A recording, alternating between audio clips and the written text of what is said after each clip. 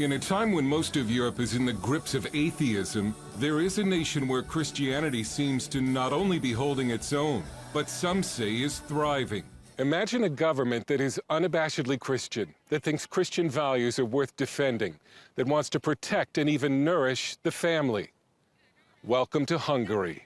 Hungary's constitution is explicitly Christian and says that marriage is between one man and one woman, and that life begins at conception.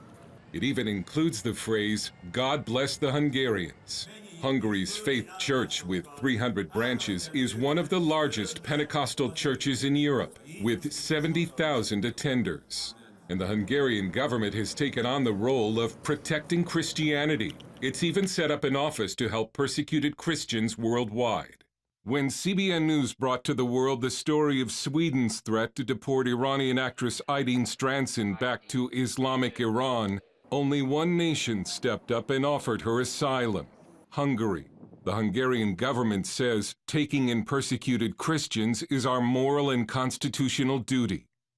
Hungary wants to protect the European values, the European Christian and Jewish values. Hungarian policy analyst István Poda says Hungary has only returned to its roots as a historic bastion of Christianity, dating back over 1,000 years, and despite almost 200 years of Muslim Ottoman rule, and after World War II's Soviet communist domination. Secretary of State Zoltán Kovács. You have to stick to your traditions and legacies.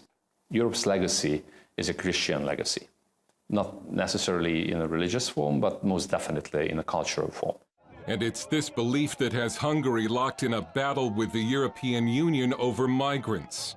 Mr. Orbán has accused the EU of trying to Islamize Europe, and Hungary has infuriated Brussels by building a fence to keep illegal migrants out. The European Union is ticked because Viktor Orbán has told Brussels to essentially take a hike when it comes to open borders. Hungary has seen the terrorism and chaos caused by migration in Western Europe and has said, not here. The European Union has even gone to court to force Hungary, Poland, and the Czech Republic to take in migrants. Mr. Orbán has accused Brussels of blackmail. Securing the borders to stop illegal migration is indeed a solution, and is the only way actually to reinstate law and order at the borders of the European Union, and not the other way around. Kovács says it matters that most of the migrants trying to enter Hungary are Muslim, and he says Western European nations are paying a heavy price by pretending that Islam doesn't matter. We've been living together or living close to Islam for centuries in the past, and we all know about it. So that's why it does matter who is coming and in what manner people are coming. Orbán is often portrayed in the Western media as sort of a version of Vladimir Putin, an undemocratic strongman. In fact, at an EU summit a few years ago, the European Commission president reportedly greeted Orbán with the words, "Hello, dictator."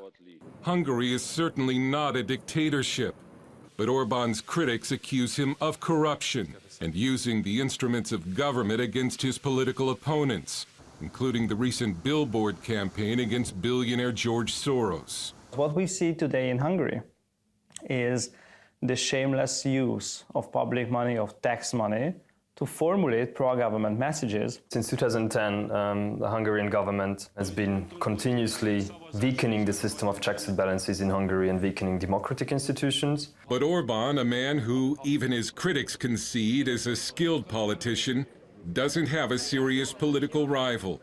He will probably remain in power, meaning Hungary's standoff with the European Union over migrants is likely to escalate. But it also means that Hungary will continue to have a government that thinks Christianity is worth protecting. Dale Hurt, CBN News, Budapest.